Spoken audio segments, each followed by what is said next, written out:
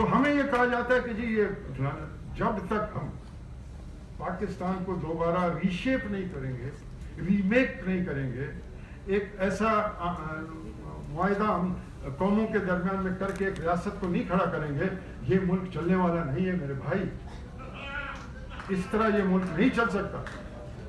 ہم چاہتے ہیں کہ یہ ملک صحیح ہو، ہم چاہتے ہیں کہ یہ ملک آگے بڑھے۔ ہم نے جمہوری تحریکوں میں بڑی قربانیاں دی، جو بھی مارشل لا آیا ہم نے قربانیاں دی، ہم جیلوں میں گئے، ہم نے پٹکے کھائے، مصیبتیں جھیلی، لیکن کون سی جمہوریت اس ملک میں آ نہیں سکتی؟ اس کی وجہ یہ ہے کہ اس کے یہ سب کچھ ٹیڑھا پیڑا بنا ہوا ہے۔ اب کہتے ہیں کہ یہ ملک جو ہے وہ کوئی کہتا ہے کہ میں نے بنایا، کوئی کہتا ہے اس نے بنایا، کوئی کہتا ہے جناح نے بنایا۔ یہ ملک ایک تاریخی ایکسیڈنٹ ہے، اس سے یہ بنا۔ جناح یہ نہیں چاہتا تھا کہ یہ ملک بنے، جناح تو چاہتا تھا کہ جی within the framework of India minorities کی رائٹس ملے۔ یہ تو جو سیکنڈ ورلڈ وار میں جب ہٹلر کو شکست ہوئی، ہٹلر کو شکست ہونے کے بعد پھر ٹرومین نے خط لکھا چرچل کو کہ جی جتنے بھی تم لوگوں نے یہ فرانس ہے، برطانیہ ہے، یہ سارے ممالک ہیں، انہوں نے جتنے کالونیز دیے ہوئے ہیں ان کو آزاد کرو۔ واپس جواب دیتا ہے چرچل اس کو کہ جی میں اس وقت تک آزاد نہیں کروں گا جب تک ایک مسلم فرنٹ لائن اسٹیٹ میں نہیں بناؤں گا جو سوشلزم کے خلاف اس کو کھڑا کروں۔ جنرل واکر نے کتاب لکھی ہے کہ جی پاکستان ہمارے لیے اس لیے اہم ہے کہ نارتھ آف پاکستان میں پنجاب اور اس سے آگے یہ ہمارا ریکروٹنگ ایریا ہے فوج کا۔ تو یہ جب سے بنا 1944 میں 43 میں آپ نے سارے پیکٹ سائن کر کے آپ نے تو اپنی گروی کر دی اپنے آپ کو امریکہ کے، اور آپ امریکہ کی لڑائی لڑتے رہے۔ آپ نے یہ محسوس ہی کبھی نہیں کیا کہ یہاں سندھی بھی رہتا ہے، یہاں بلوچ بھی رہتا ہے، یہاں سرائکی بھی رہتا ہے، یہاں پشتون بھی رہتا ہے، یہاں پنجابی بھی رہتا ہے۔ آپ نے آئین کے اندر یہ تو ڈال دیا کہ جی یہاں مختلف علاقے ہیں، ہمارے صوبے ہیں اور ان کے یہ نام یہ ہیں، لیکن کون سے جانور ان صوبوں میں رہتے ہیں، کون سی زبان بولتے ہیں، کون سی بولی بولتے ہیں، کون سے ان کے کلچر اور ٹریڈیشنز ہیں، وہ ہے۔ جب بھی مطالبہ کیا کہ جی یہ کثیر القومی ریاست ہے، یہاں پاکستانی قوم ہم بنانا چاہتے ہیں، سب مل کر کے ایک پاکستانی قوم بنانا چاہتے ہیں، ایک جمہوری ریاست بنانا چاہتے ہیں، کہتے ہیں جی یہ غدار ہے۔ آپ اندازہ لگاؤ اس ملک کے اندر جو انڈیجینئس لیڈرشپ تھی، محمود خان اچکزئی کے والد صاحب کی، سمد خان اچکزئی کی شکل میں، میر غوث بخش بیزنجو کے شکل میں، جی ایم سید کے شکل میں، میاں افتخار الدین کے شکل میں، پاچا خان کے شکل میں، ان سب کو غدار کہہ کر ان کو سیاست سے بے دخل کر دیا گیا۔ ظاہر ہے جن لوگوں کو اس خطے کو حکمرانی کرنے کا پتہ تھا وہ تو آپ نے علیحدہ کر دیے اور باہر سے لوگ آ کے ہم پر مسلط کیے گئے۔ نتیجہ یہ نکلا کہ بنگال علیحدہ ہو گیا۔ خود جناح نے جا کے بنگال میں کہا کہ اس ملک کا جو national language of this Pakistan will be Urdu and only Urdu، وہاں ایک بڑی تحریک چل گئی، اسی دن سے آپ نے پاکستان کو توڑ دیا۔ پھر جناح کو جس کو ہم کہتے ہیں کہ جی پاکستان بنانے والوں میں سے ہمارا باپ ہے، جناح سسکتے ہوئے مالک روڈ پہ دم توڑ گیا، کوئی پوچھنے والا نہیں تھا۔ پھر جناح نے جو 1947 میں 11 اگست کو تقریر کی اس کو آپ نے پھاڑ پھوڑ کے پھینک دیا۔ جناح نے جو ایک میثاق کیا یہاں کے قومیتوں کے ساتھ جس کو 1940 کا قرارداد کہتے ہیں، اس کو آپ نے مینار پاکستان میں تو سجا دیا لیکن اس کو آئین کا حصہ نہیں بنایا۔ جی ایم سید جس نے ریزولوشن پاس کرایا تھا بڑی محنت سے سندھ اسمبلی میں 1943 میں، اسی بنیاد پر کہ 1940 کے بنیاد پر ہمارے کو ڈھانچہ ملے گا، وہ مایوس ہو کر اس ملک کے خلاف ہو گیا۔ وہ کہنے لگا میں نے غلطی کی ہے۔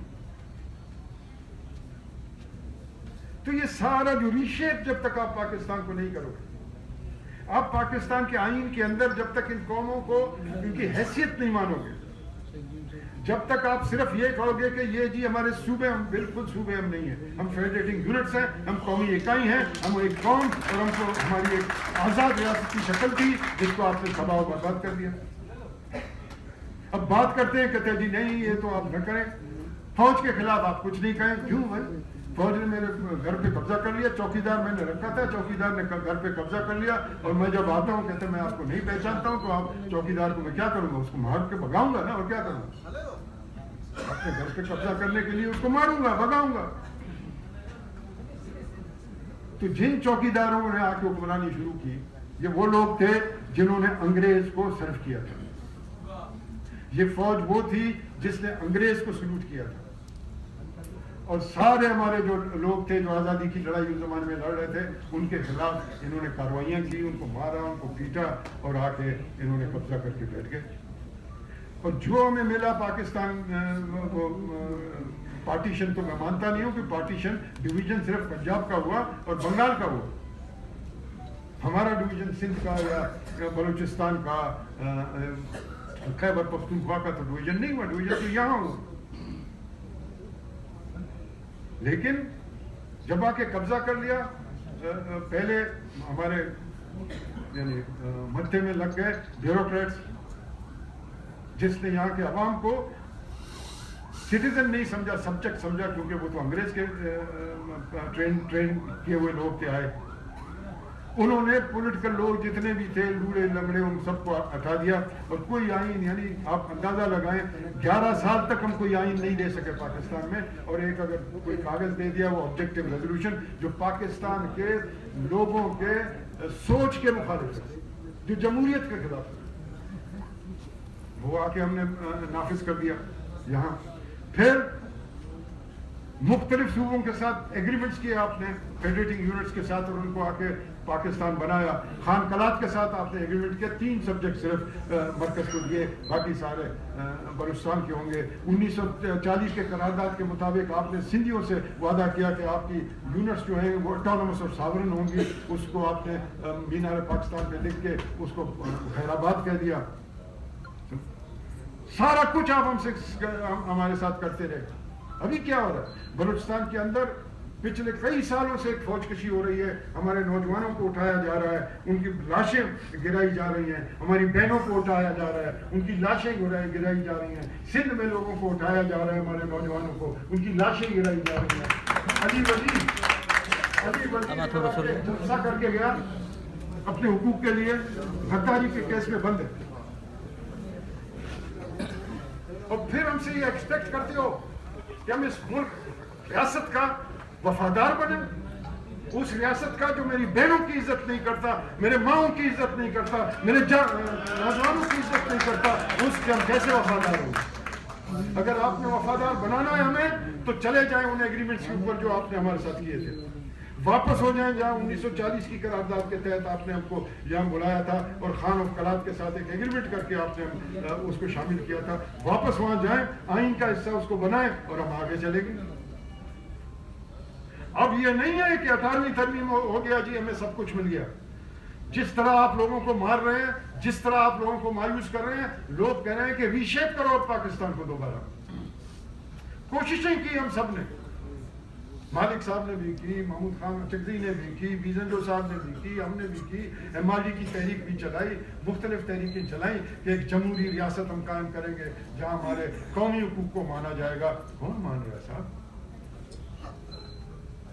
ابھی تو شکر ہے, ہم دعا کر رہے تھے کہ پنجاب سے کوئی اپنی لیڈر اٹھے اور وہ کوئی بات کرے, تو شکر ہے کہ پنجاب میں بھی یہ نعرہ لگ رہا ہے کہ یہ جو دہشت گردی ہے اس کے پیچھے وردی ہے. ان کو سلام کرتے ہیں. لیکن ہم نے بہت سی تحریکیں چلائیں. مشکل بات یہ ہے کہ یہ جو اقتدار کی پارٹیاں ہیں بعد میں کمپرومائز کرتی ہیں. MRD کی تحریک ہم نے چلائی. ملک قاسم کا ایک ڈکلریشن آیا, ایک کمیٹی بنی, محمود خان بیٹھے ہوئے ہیں, میر غوث بخش بیزن جو MRD میں آ نہیں رہے تھے کہ جب تک اٹانومی میرا نہیں مانا جائے گا میں نہیں آؤں گا. محمود خان نے ملت ساری کر کے ان کو MRD میں لائے. تو اس میں میر صاحب کا یہ وہ تھا کہ صاحب آپ اس آرٹیکل 6 جو ہے وہ فوج کو نہیں روک سکی اس ملک کے اندر, آپ اس میں ڈالیں کہ آئندہ کوئی طالع آزما اس آئین کو پامال کرے گا تو فیڈریٹنگ یونٹس کو یہ حق حاصل ہوگا کہ وہ علیحدہ ہو جائیں. یہی چیز صرف اس کو روک سکتی ہے اور کوئی چیز نہیں روک سکتی.